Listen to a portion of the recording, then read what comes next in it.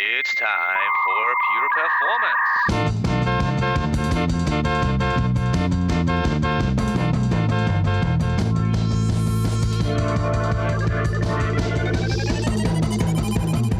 Get your stopwatches ready. It's time for Pure Performance with Andy Grabner and Brian Wilson.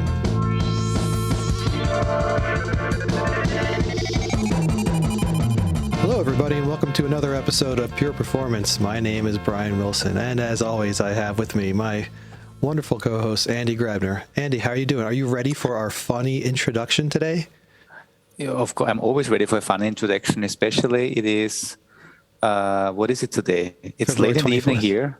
Yeah. It's actually not a funny day, considering what just happened in the world, if people are listening to this. But I think we have to take the best out of it because the world keeps moving, and we do our best to, educate and entertain people. Chin up, everybody. Exactly. Yeah. No, but I'm really happy because we have a special guest today. Yes, and he's been with us for a long time now. Yeah. In fact, I remember way back when this guy was compared to, I forget the actor's name, but he used to be on Community and was it Talk Soup? Who was that? I think he knows who I'm talking about. But I forget who it is. Joel? No, not Joel. Joel McHale. And I would be, if people confused me for him, I would be very happy. But I don't think that'll happen.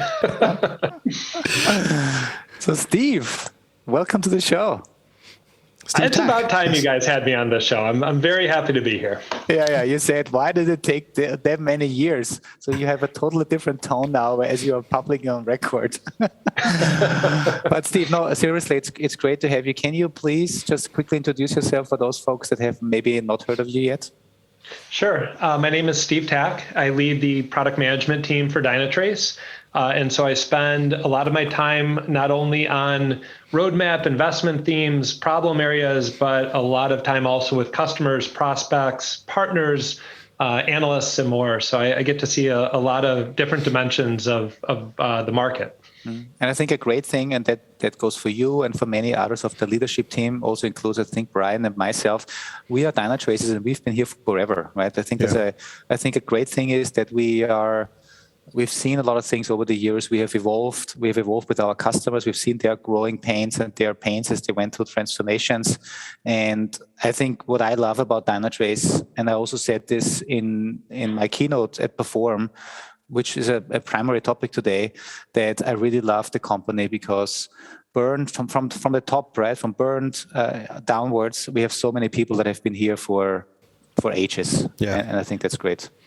Yeah, no, I think there's something really special when you can get that kind of tenure and the camaraderie that comes with it. And by no means is it because it's an easy and comfortable ride. I think what keeps us all motivated is how challenging this is and how much pride and value we take out of helping customers succeed in the space with what they can do with Dynatrace. So definitely a unique spot, especially in tech. Yeah. And then, talking about customers, typically, pre-COVID, we have covered Perform, our annual user conference on site. Brian, we had also the guys from PerfBytes, Mark and James there, and we were covering all of the different sessions this year. This was different. So was last year because it was also virtual. But we wanted to take the opportunity to give people a little recap in case they have not seen any of the coverage, any of the breakouts or keynotes. And I would Steve, right, we were two of the fortunate handful of people that actually made it to Vegas, which was nice. And because some people may not realize, while obviously the breakouts were, pre-recorded, and we don't want to lie about this, breakouts were pre-recorded. The keynotes, however, were mostly done live, which was really great. We had a great production company on site. Maybe also a shout out to Hart Wilcox is the company that we have decided to partner with. They've done a phenomenal job, and we had 2 days of hands-on training days, well, virtual but live, and then we had day 1 and day 2. Steve, you have been leading all of the keynotes around product announcements, and I just want to quickly walk through kind of what we announced on day 1, and then we'll go on to day 2. But let's first start with day 1 and see what what was relevant? Why did we decide to announce the things we announced on day one, and what was it all about? And what are the kind of the takeaways from you also, and what do you think people need to understand and look into?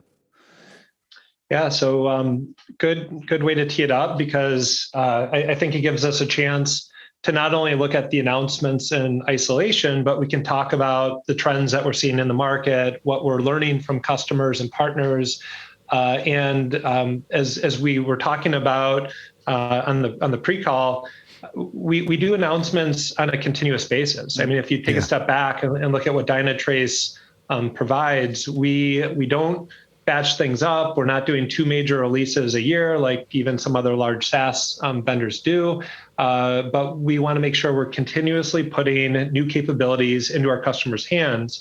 And usually what we try to do around Perform is highlight some of the things that we think are most relevant for either pain points that are being addressed or new innovations that we want to make sure people take a hold of and run with. And there's usually themes as we go through the different days, and to dive now into day one, the focus really was around modern observability and how people are driving that forward. And I know as we work in a market that's full of buzzwords, we have to be a little bit careful of too much puffery. But I do believe this, down to my toes, that digital transformation is a real trend. That's not a aha moment that's going to blow anyone's hair back. But the thing that I always enjoy is you take that word or phrase, and then you just put it into context of one customer, and it really comes to life. And what we've seen over the past year, whether it's a retailer, shifting from bricks and mortar to buy online, pick up in store, or changing, a business model in terms of just even, we've all been using online banking forever, but the impact COVID and the pandemic had on branch operations to, the way people are taking care of travel. I mean, there's just so many different initiatives that have taken place.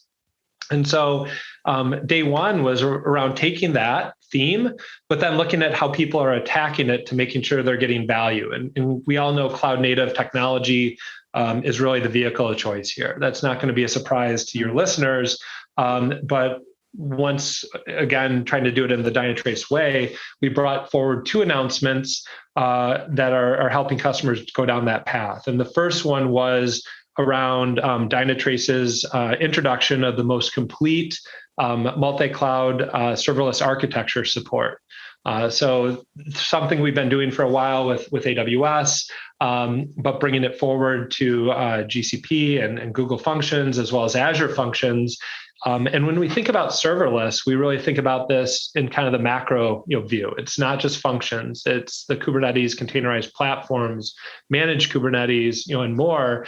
And our goal is to help customers adopt these new technologies with confidence so that they can do it at scale, that we're providing them answers in the Dynatrace way that they can then drive intelligent automation off of, and also make sure we're helping them coverage their multi-cloud environments. And so these are themes that have been running through the Dynatrace roadmap, but it was a great time to punctuate it and bring it forward. So I'll pause there and just make sure I don't keep rambling.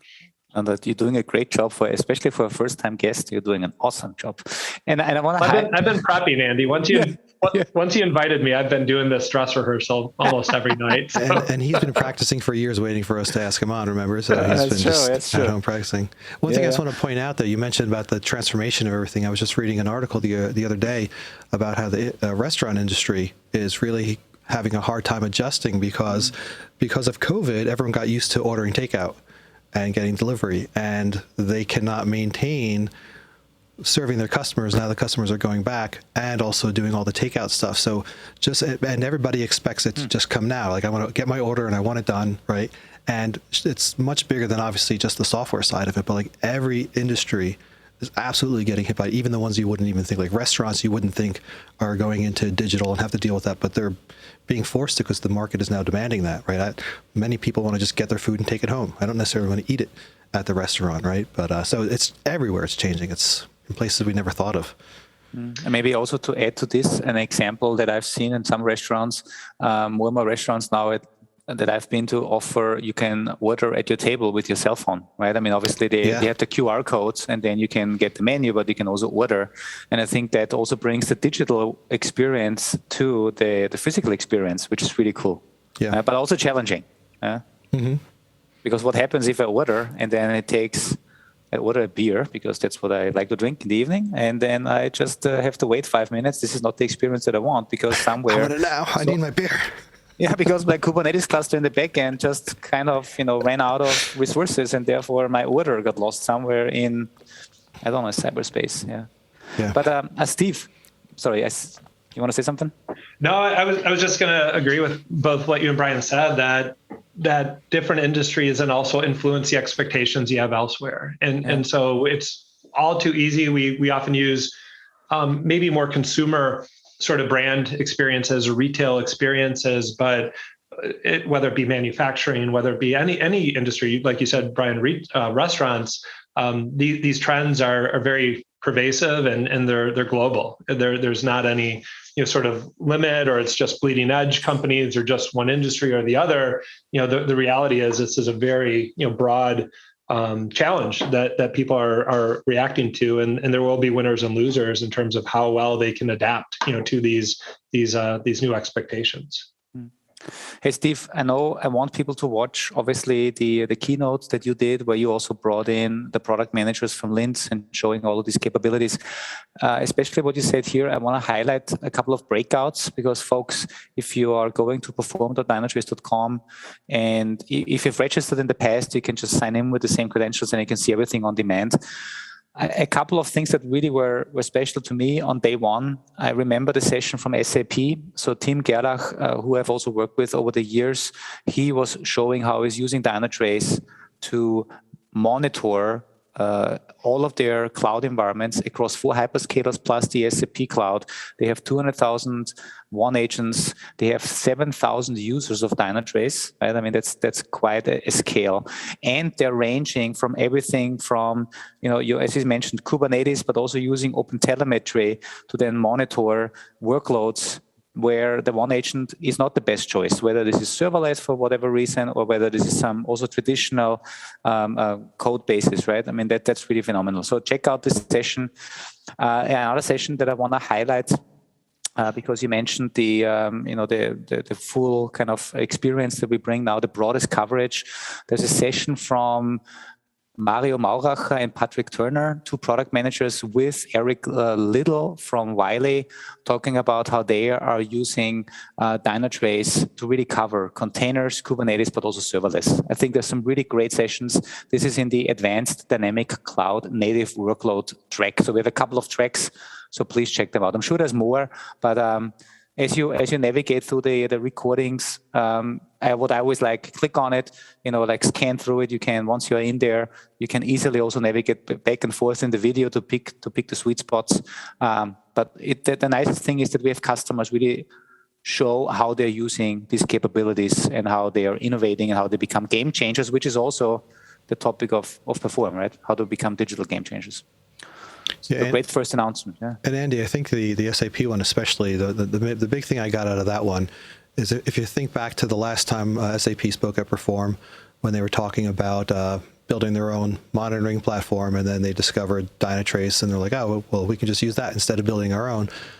Now they're moving into this, well, we have other data sources, and we want to pick the right way to get data, to capture the data, right? Mm-hmm. And as we know, with the whole OpenTelemetry and the DIY movement, capturing is just one part. And I think part of what this announcement we bring to Steve is, what do you do with that data once you capture it? That is the harder part, right? You can manually instrument your code, not that anybody necessarily wants to do that, but you can do that, right? But you have to get into something that's going to intelligently analyze it and bring things up to you. And I think that's where that piece really shines. And the example with SAP was, we're going to use multiple ways to get data, some Dynatrace, some OpenTelemetry, some other ways of getting it. But at the end of the day, we need to get it into some platform that we can analyze this all properly and make sense out of it. And that, to me, was the real just awesome thing about this idea of, moving forward, what do we do with our data? And that's important to be able to support all that. Yeah. Steve, day one, what else was there? Yeah. So the second big announcement was around delivering software intelligence as code. And I want to take one step back and build off of what Brian was saying, because I think that's a really important point. Somewhere along this path, when we started adopting, quote unquote, cloud native tech, we regressed a little bit. And it's almost like the end game is getting data and throwing it on a dashboard and building on Brian's point in terms of making it actionable, driving answers. I think that bleeds into the second announcement, because this is really about automation at scale. And so when we think about the movements like infrastructure as code, GitOps, everything is code. This is very much aligned and analogous to that, where we don't believe it's just about capturing data. It's something where we have to make sure that development teams can innovate faster, that you get strong collaboration. I mean, that SAP stat of 7,000 users is awesome. It's not just kind of the wizards in the back room, the handful of people that are taking action, but it's really about, a community at that point. And so the announcement of software intelligence as code, when you peel back, it's about new API endpoints and settings granularity for autonomous teams and things along those lines.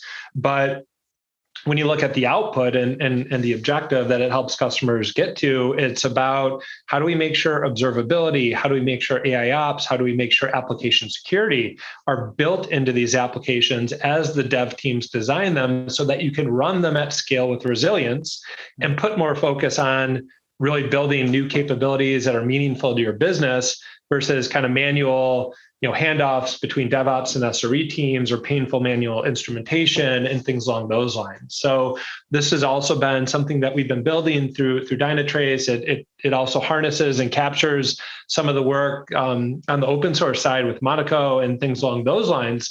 But this is something where we see it's not just an announcement of product capabilities and platform capabilities, but it really should have an impact on the culture and the process that people drive.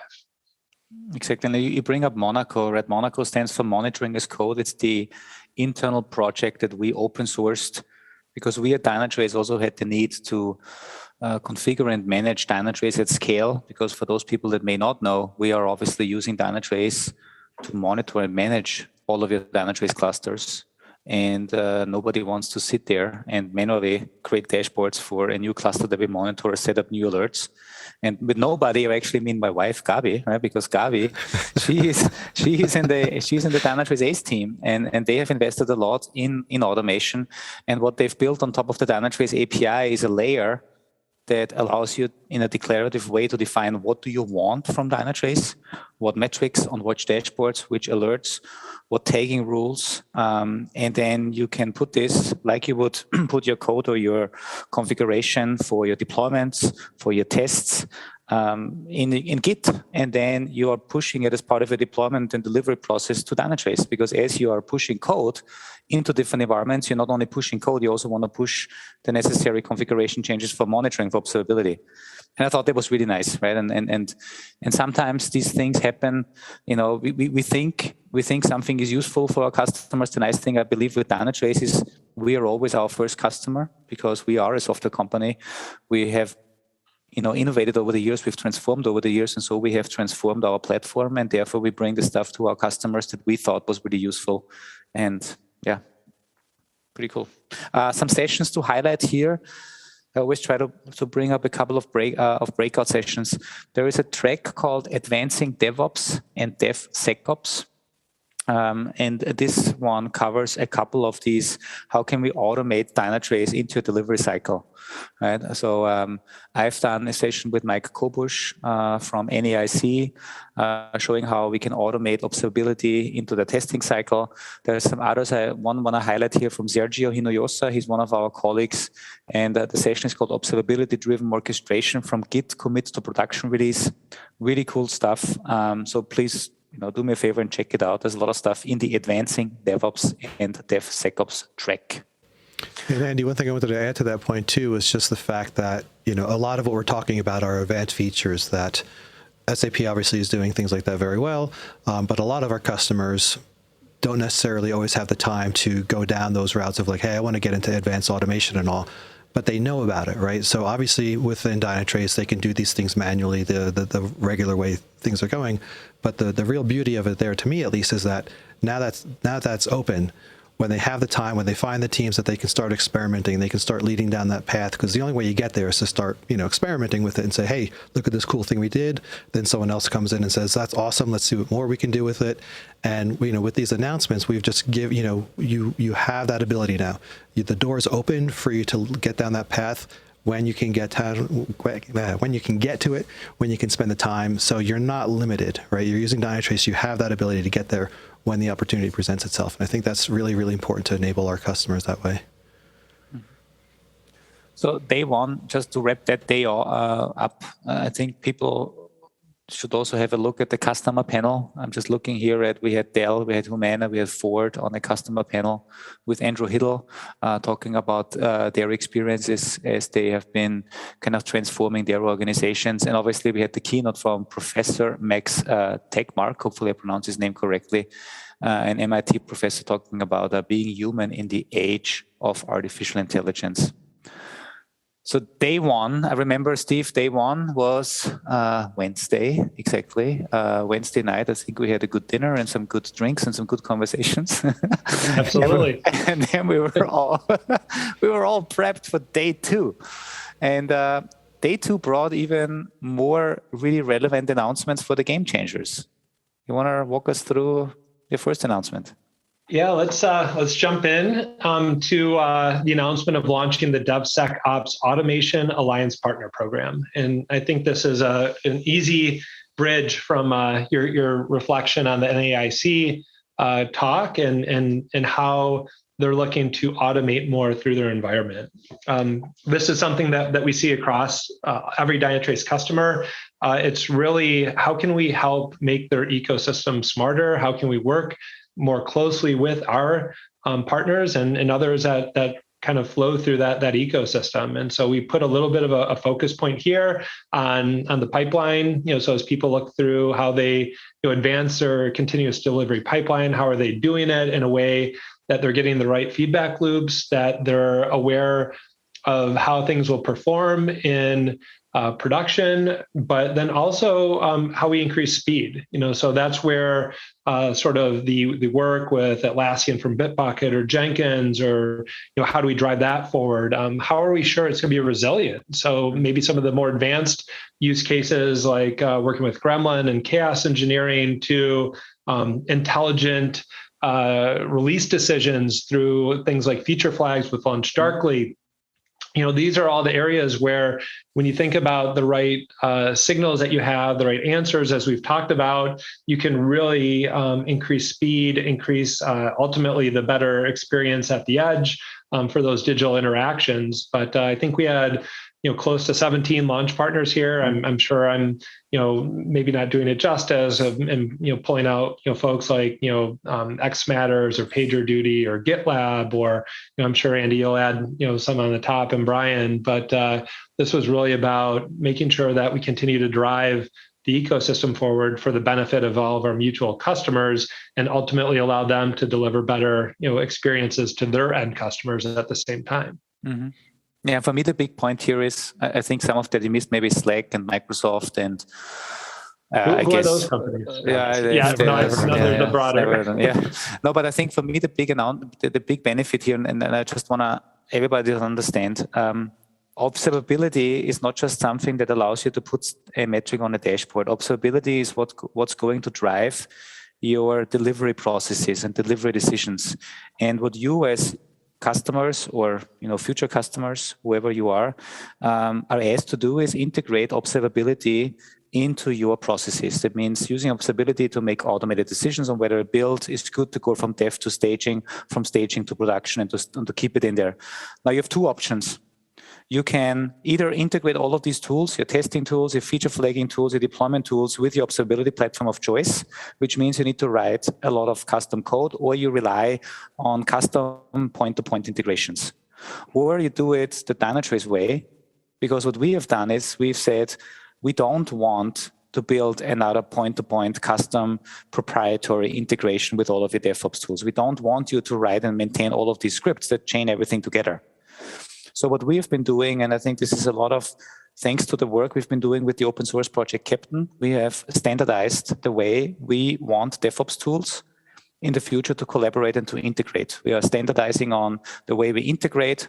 We have adopted an event-driven model, which is the same model that we're using to break monoliths into microservices and connect individual services to really, again, fulfill a business process. So we've taken what works for cloud-native development and bring it to the DevOps and SRE space, and we provide you an open source-driven framework that we bring to our customers as part of cloud automation to allow you to hook in any of your tools. So protect your investment in your point tools, but let us take care of chaining them all together through open standards so that you don't have to hire more automation engineers to build and maintain your bash scripts that will break anyway all the time. And I think this is for me the magic here, what we're doing. And it's great with the 17 launch partners that we have, because they basically tell us that this is exactly what they want. Because also these launch partners, you brought up, let's say, Gremlin. Why should Gremlin or Microsoft or LaunchDarkly invest engineering resources to build and maintain integrations with all of the observability tools, proprietary? Why not go with a standard? And I think we are in the unique position here to drive this standard. And with this, we will help us, our customers, and hopefully the larger community. And this is why I'm really excited about this.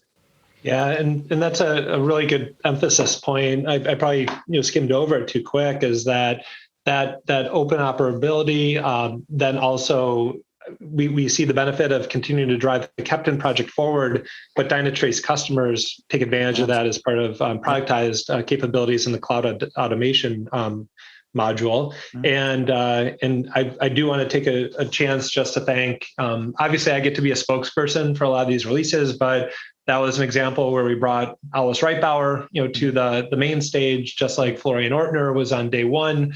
Andreas Berger we'll get to next, but there's so much great work, that the team's doing to bring this forward. And I'm lucky enough to be the person who introduces it to the audience, but there's so many people who are passionate and care about this and doing, really innovative, great stuff to drive it forward. And this ecosystem is an example of multiple companies, coming together on the work that Andy, you and others have been doing with Captain as well, and should have a big impact within the industry. Yeah, and you also got to see that nice break sign behind Alois in the cafe there. But the other thing I wanted to point out with this, right? All these integrations point to a fact that I think there's an assumption, or I think a lot of people understand, but it's never really said out loud. Observability doesn't mean that a human has to observe, right? Observability allows the machines to do the observing. So if you have that full-fledged and you're capturing the richness of data, you can put that in the hands of machine to machine to machine, or software to software, whatever it is. It doesn't mean you as a human have to go and observe all that.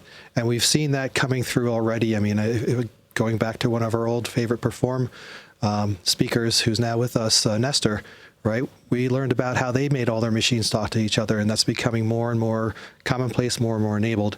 And just stressing the fact that it doesn't mean you as an operator in this realm have to be able to look at all this data, make the machines do the work. And that's where we're heading. So it's awesome. Yeah, and Brian, that's the only way companies will be able to get the speed and scale. There's no way to get the humans to do that broadly. And so I think that's a really good point, that it's so core to our belief system that we sometimes skip over that as well, in the sense that this reactive manual looking at dashboards is something that, yes, there's a point in time where you need to be able to go investigate that way, but that should not be the starting spot or the MO. We really want to drive as much of the automation in there as possible. And that's a really good point to stress. Steve, so this was announcement 1, which already is pretty excitement on day 2. So announcement 3, if we do the total number, there was one more announcement on day 2. What was that all about? So the second announcement on day 2, we'll take what we just talked about around the DevSecOps alliances and put a little bit of a spotlight on security for a moment. So this is an area where we've been evangelizing the Dynatrace approach to runtime detection and production for a little while now. And we had a huge marketing event called Log4Shell that really created a lot of energy around this topic right around December. So the announcement here was taking and building upon the vulnerability analytics and identification that we already do and adding real-time attack detection and blocking.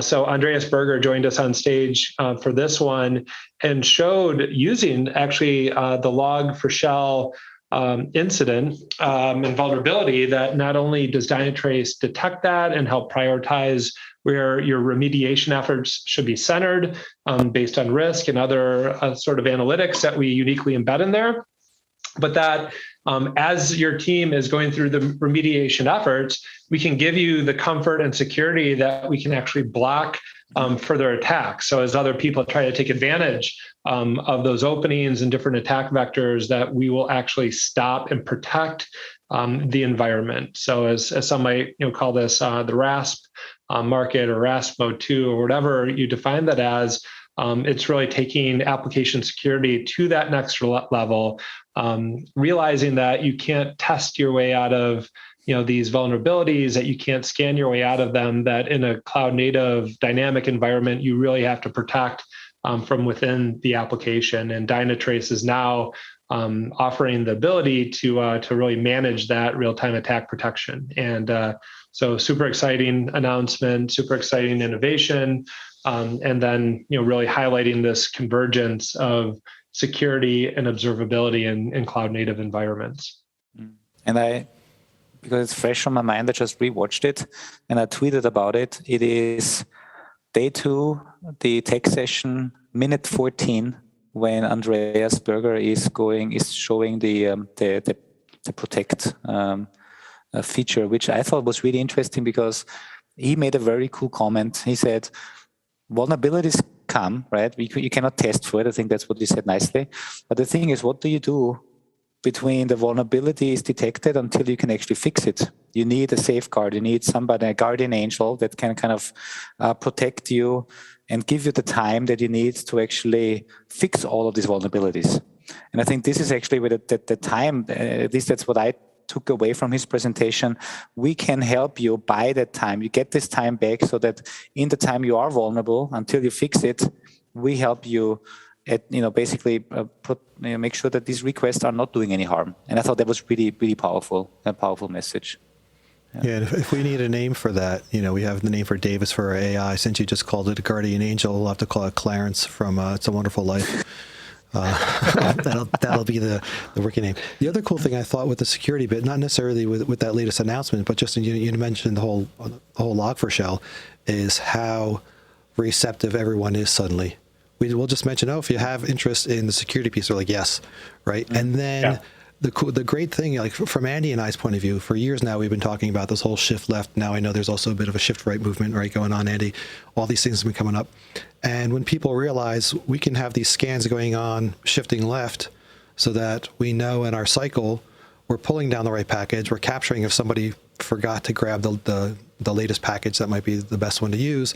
It's just the same model that we're seeing from a performance point of view being baked into security. And it's just really encouraging to see how many people are starting to take security seriously now, because it's like performance. It's been the slow uptake, but I think Log4Shell, for all the unfortunate reasons that happened, it's just it's nice to see people responding proactively with that.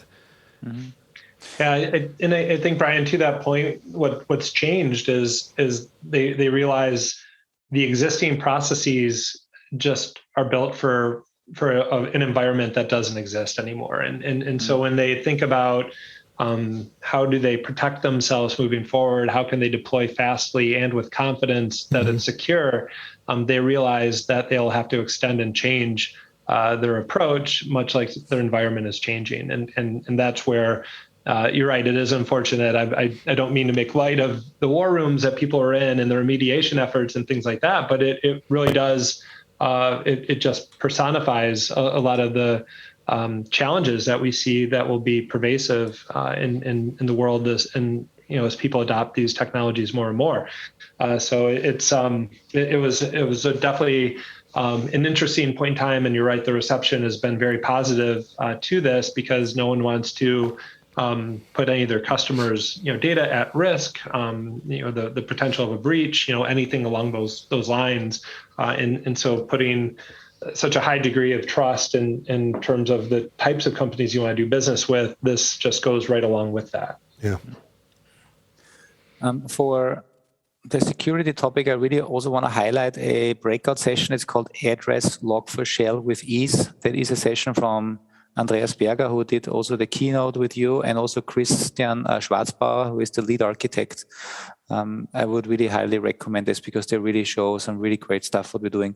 Now, besides, we've talked a lot about these announcements. I think in the end, what we also want to make sure is that what matters most is the end user, right? We help our customers transform, provide digital services. There's a lot of great breakout sessions around how to monitor and optimize the user experience. For instance, Vitality did a session that was called How to Proactively Deliver Seamless User Experience.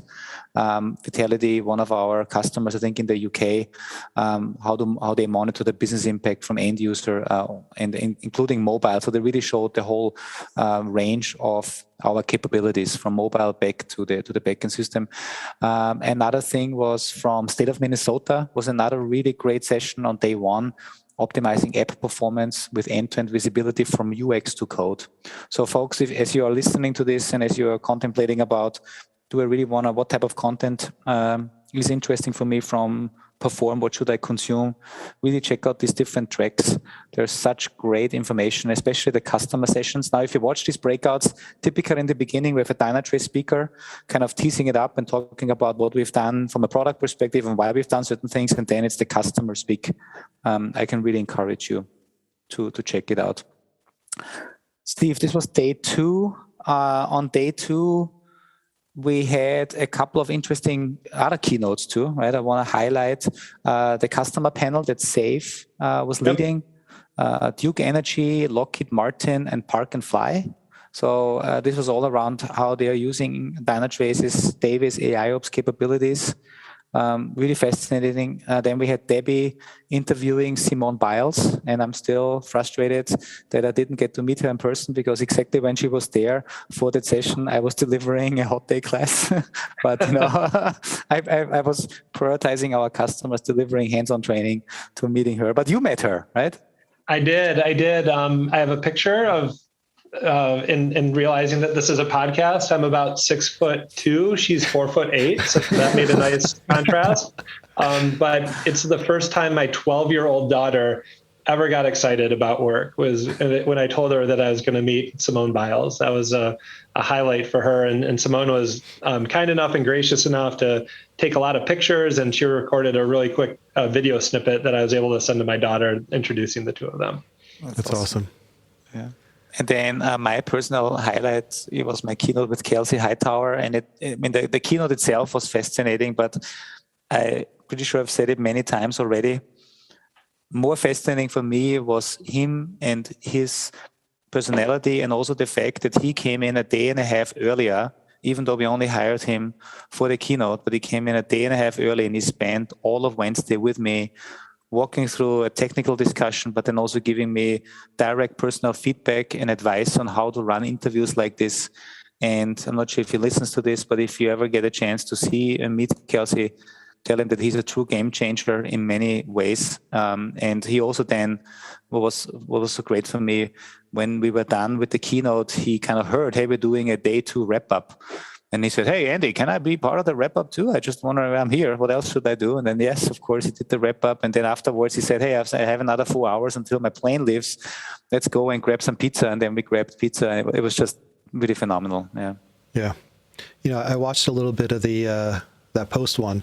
And going back to point number 1, one thing Kelsey said that really resounded with me, and I'm summing it up, I hope I don't get it wrong, was around the idea that he sees the future of Kubernetes as limited, meaning stressing that a lot more people are going to eventually want to just start going over more and more serverless, right? Because Kubernetes was a great way to get off your own infrastructure, and you could run it and have it doing a bunch of magic for you.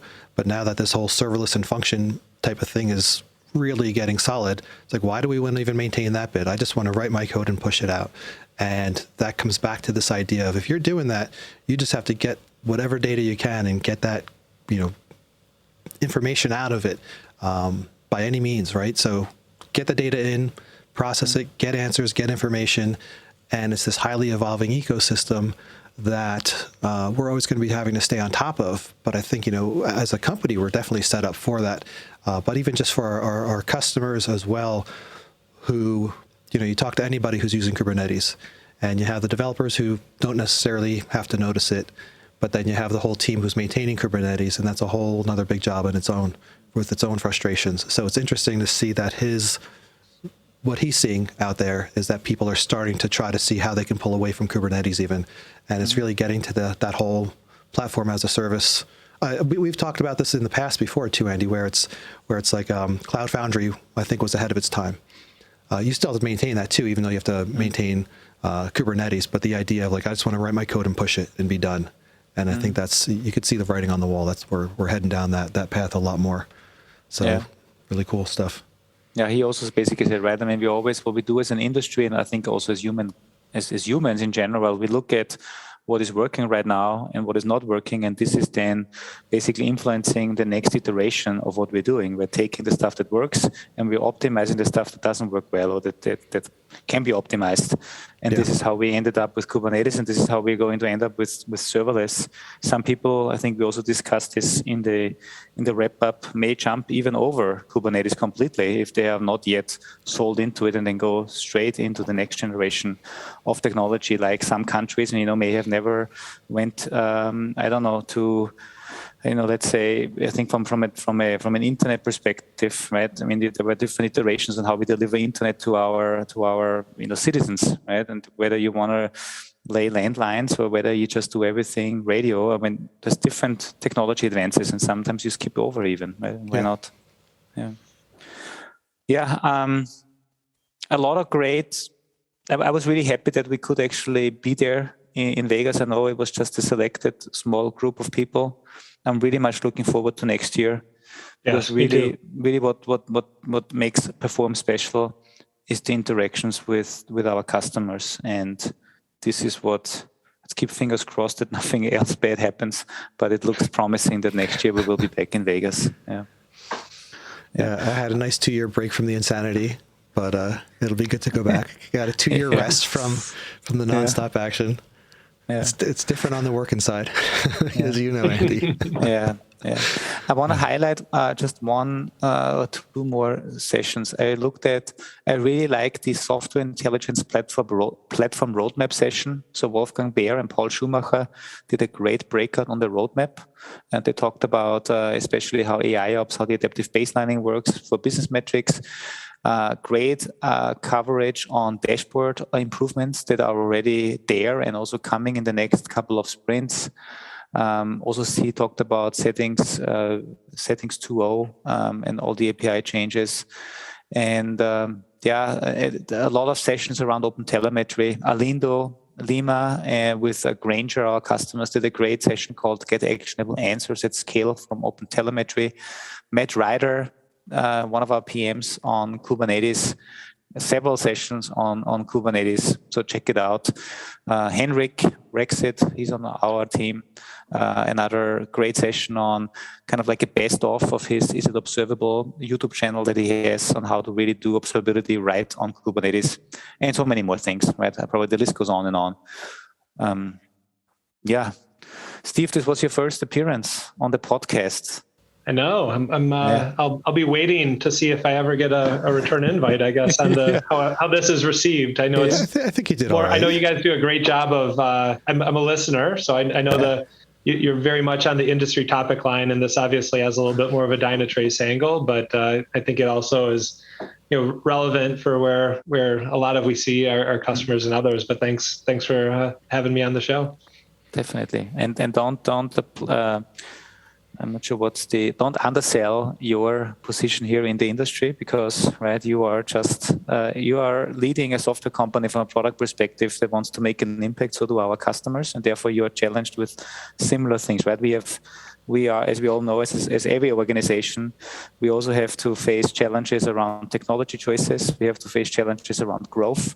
We have to face challenges around how we make sure we keep innovating with the speed that we are, and therefore it's completely important to have you and your thoughts here as well, right? Don't downplay your position here. Yeah. No, and it's a good call out that these are real challenges for everyone. I know, Brian, you're off in the pop culture, but I think of that scene in A League of Their Own when Tom Hanks says, if it was easy, everyone could do it, or it's the hard that makes it good. And so I think tackling the really hard challenges are rewarding. But that's definitely what we're up to. Do you use words like tackling because it's got your name in it? I'm kidding. But my challenge to you, Steve, though, is, right, you are talking to a lot of our customers. You're having the conversations about their challenges and all that. So I think, I personally, and I'll put Andy on the spot, I think it would be great to have you back on to talk about what the challenges are that companies are seeing and what they're trying to do to tackle those. Because I think a lot of our listeners are working at these companies or other companies that have similar situations that they're going through. So I think that would definitely be a great thing to come back and talk about. Yeah, I don't know about you, Andy. Put you on the spot. He's going to say, that's a terrible idea. I'm game too. The one thing I wanted to just say too, I want to really give a shout out to Perform, because you mentioned earlier how we don't hold up releases, right? It's like every 2 weeks or stuff's coming out. And if I go back to the early days of Perform, when it was more Atmon, and we were on that 6-month release cycle, there was always this big bang of cool new stuff coming out. And as we moved into the new Dynatrace platform, I started wondering, like, how are we going to have cool announcements during the Perform if the announcements are coming out all year? And it was a little bit softer, but now I think we're getting into a nice cadence where, I don't know if it's timing or just coincidence, but as we've seen, the last couple of Performs have been having some really great announcements going out through them. So it's really cool seeing that evolve into that way without having to compromise on holding releases up or anything like that. So it's right, quite amazing what's going on. Yeah, I mean, for me, it's not necessary. I mean, the announcements are great, but I think even better at Perform is to show that customers are actually implementing and getting value of these announcements, because everybody can make an announcement about a new cool feature and it sounds shiny on the press release, but the question is, does it really improve the lives of people? Right? And that's what our customer testimonials are all about, and them actually putting their name out personally, their company name, and then investing the time to show it off also in a breakout. I think this is just, for me, the best thing about Perform. Yeah, right. Cool. Any awesome. Final thoughts, Steve? No, I think we've covered a lot of good ground. I love the call to action that you guys provide of going out, watching some of the breakouts, and I think as people look through the breakouts, they should find things that they can implement today and get value. And so we talked a little bit about solving challenges, but there's a lot that customers can learn from those breakouts in terms of how to implement things that will probably be on the relative scale low effort for high return. And that's what excites me too, is seeing people getting the return and implementing those changes that they can use then in their business for their own end customers and different strategies that they're driving forward. So nothing other than that. But thanks again, guys, for giving me the opportunity to share the different announcements. Wonderful. Thanks. Well, Andy will give me all of the links he's talked about, so those will all be in the show notes. So if you're listening, you can go to Spreaker.com, Spreaker.com, and look for the show. It will also be up on our website, Dynatrace.com. I think if you do /pure performance, it'll redirect you to the proper URL. I think there's a path in between there, but if you want to get to those, they're free to watch. I think you just have to sign up.